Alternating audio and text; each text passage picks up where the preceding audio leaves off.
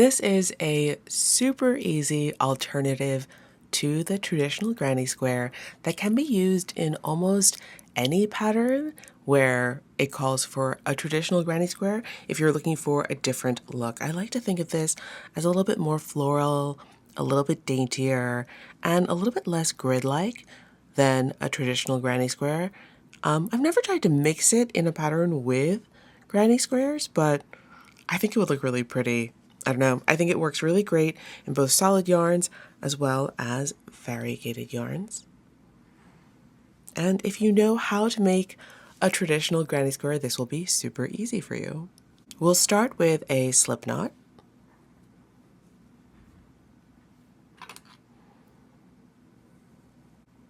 And we're going to chain 4. 1, 2, 3, 4. We're going to slip stitch into the first chain you just made. We're just making a loop that we're going to work into.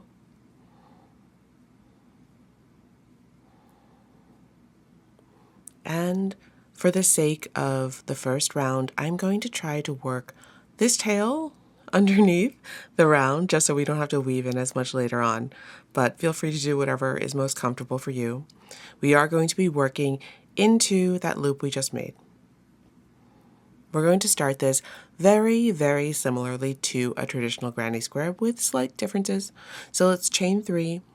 This chain 3 will count as the first double crochet, and we're going to place 2 more double crochets right into this loop you just made. If I can find the center of the loop. Here we go. There it is. So 2 double crochets right into that loop.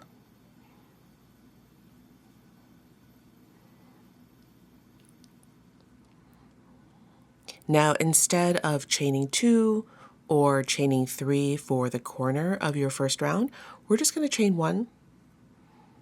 And we're going to go right back into that loop and make 3 double crochets. 1, 2, 3. Now we're going to chain 1, go back into that loop and make 3 double crochets. 1, 2, 3, chain 1, and 3 more double crochets right into that center. 2, 3, chain 1. We are going to slip stitch into the top of that chain 3 to join with the beginning of the round. So after the first round, you should have something that looks like this, which is not that dissimilar to a traditional granny square start, except instead of chaining 2 or chaining 3 for the corners, we've only chained 1. To start the second round, we are going to slip stitch until we get to that first chain 1 space right here.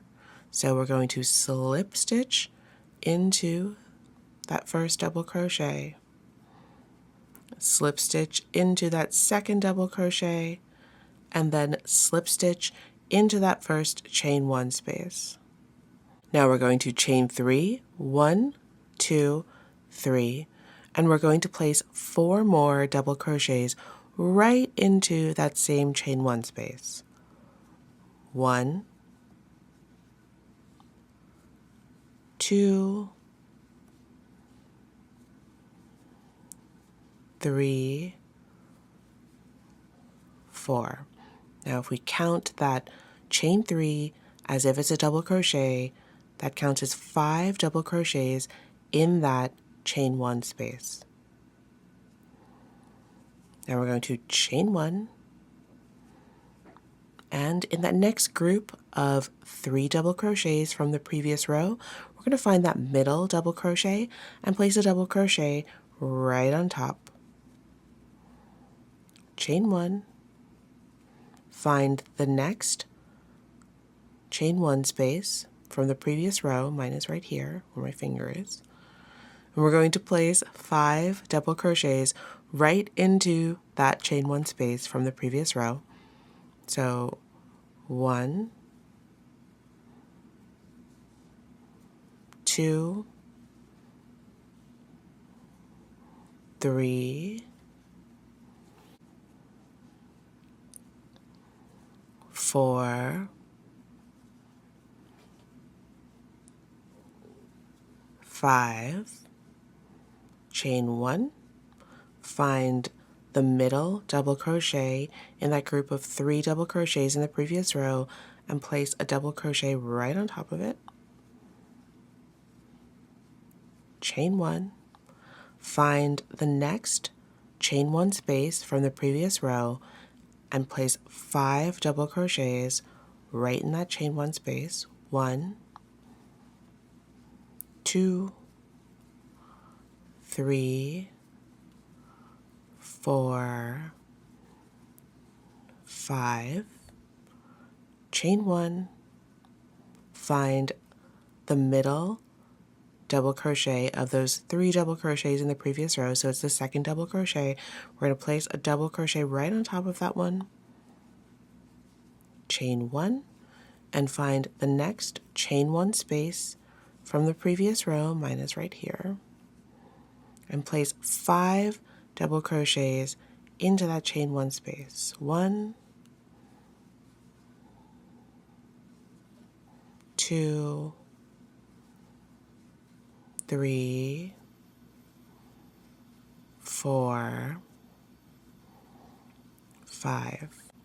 Chain 1, find the middle double crochet in that group of 3 from the previous row and place a double crochet right on top of it. Chain 1 and slip stitch into the top of that chain 3 you created at the beginning of this row.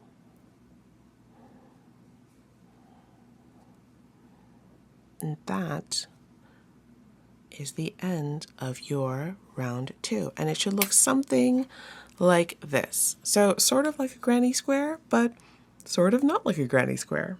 To start the 3rd row of this alternative granny square, we are going to slip stitch to get our yarn to that 3rd double crochet in that group of 5.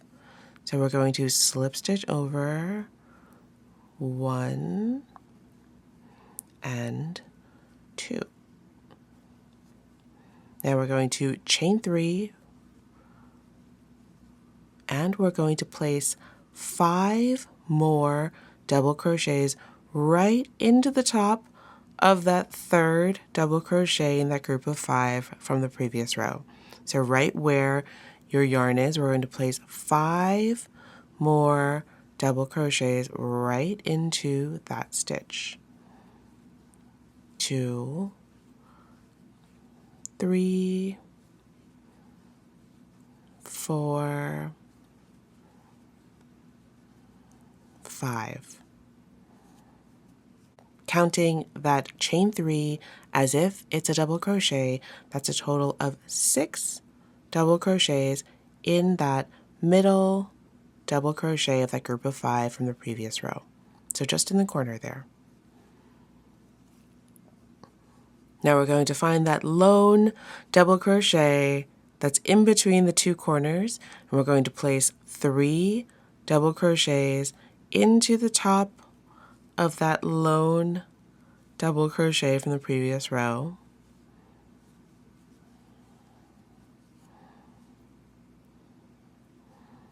And then we're going to find the next group of 5 double crochets in the next corner, and we're going to place 6 double crochets in the top of the middle double crochet in that group. So the 3rd, 1, 2, 3, we're going to place 6 double crochets right into the top. 1, 2, 3, 4, 5, 6. Next, we're going to find that lone single crochet from the previous row that's in between the two corner groups of 5. We're going to place 3 double crochets at the top of that double crochet. 1, 2, 3. Now find the next group of 5 double crochets in your next corner, and in the third double crochet, skipping 2, in the third one we're going to place 6 double crochets. 1, 2, 3, 4, 5, 6. Next, find the next lone double crochet from the previous row that's in between the two groups of 5 double crochets in each corner, and place 3 double crochets at the top of that lone double crochet from the previous row. 3. And now we should be at our last corner. Find that last group of 5 double crochets in your next corner, skip the first 2 and place 6 double crochets into that third double crochet. 1, 2, 3, 4, 5, 6.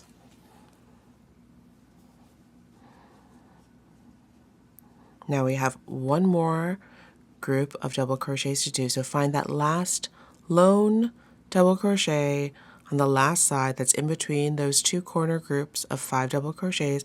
We're going to place 3 double crochets right in the top of that lone double crochet. 1, 2,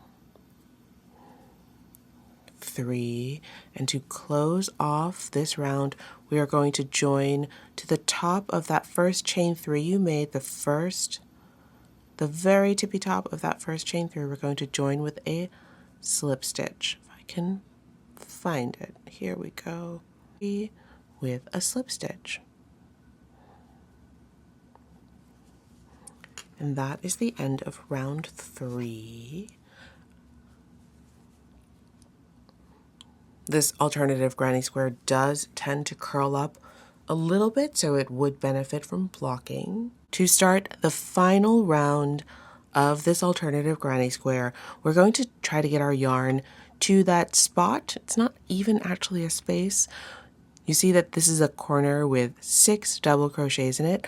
We're trying to get into this spot in between the 3rd and 4th double crochet. Not traditionally a spot that we crochet into, but to do that we're going to slip stitch until we get there. So in the next stitch over, we're going to slip, next stitch over, slip stitch, and then I think we're in a good enough place where we can just slip stitch into that spot in between the 3rd and 4th double crochet. Again, not a traditional move, but without having a chain space there, it does help to keep the entire granny square a little bit tenser, a little bit tighter. To start this final round, we are going to chain 3, 1, 2, 3, and this chain 3 will count as if it's the first double crochet in this group, and right into that space in between the 3rd and 4th double crochets in the previous row, we're going to place 5 more double crochets. So 1, 2, 3, 4, 5. So counting that chain 3 as if it's a double crochet, you have 6 double crochets in that corner. Next, we are going to find the last double crochet in that group of 6 in the previous row. We're going to place a double crochet right on top of that double crochet. Moving on, you'll see there's a group of 3 double crochets from the previous row. We're going to place a double crochet on top of the middle one, so the second one. And then we're at the next corner. We're going to place a double crochet on top of the first double crochet in that group of 6. And next we are going to again work into that space, that non-existent space that we're going to create in between the 3rd and the 4th double crochet. So right here, 1, 2, 3, right afterwards, we're going to place 6 double crochets right into that space. 1, 2, 3, 4, 5, 6. Next, we're going to skip 2 double crochets, and in the last double crochet in that group of 6, we're going to place a double crochet right at the top. Moving on to the group of 3 double crochets on the side, we're going to skip the first one and place a double crochet on top of the second one, which is the middle one. And then we're at the next corner, again with a group of 6 double crochets. We're going to place a double crochet on top of the first one. And now we're going to work into that space in between the 3rd and 4th double crochet. So count 1, 2, 3, and in between the 3rd and 4th, we're going to place 6 double crochets. 1, 2, 3, 4, 5, 6. Now we're going to skip 2 double crochets, and on top of the last double crochet in that group of 6, we're going to place a double crochet right on top. And in the group of 3 double crochets on that side, we're going to place a double crochet on top of the second, to the middle one. And then moving on to the next corner, another group of 6 double crochets, place a double crochet on top of the first one. And again, we are going to work into the space in between the 3rd and 4th double crochet. So 1, 2, 3, and we're going to work into the space here and place 6 double crochets right there into the space. 1, 2, 3, 4, 5, 6. Next, we're going to place a double crochet on top of the last double crochet in that corner group of 6, a double crochet in the second double crochet in that group of 3, and a double crochet in the first of that group of 6 from the previous row,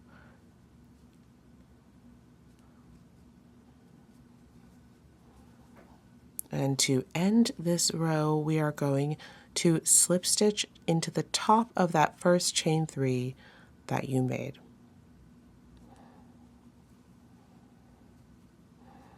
And we are going to fasten off.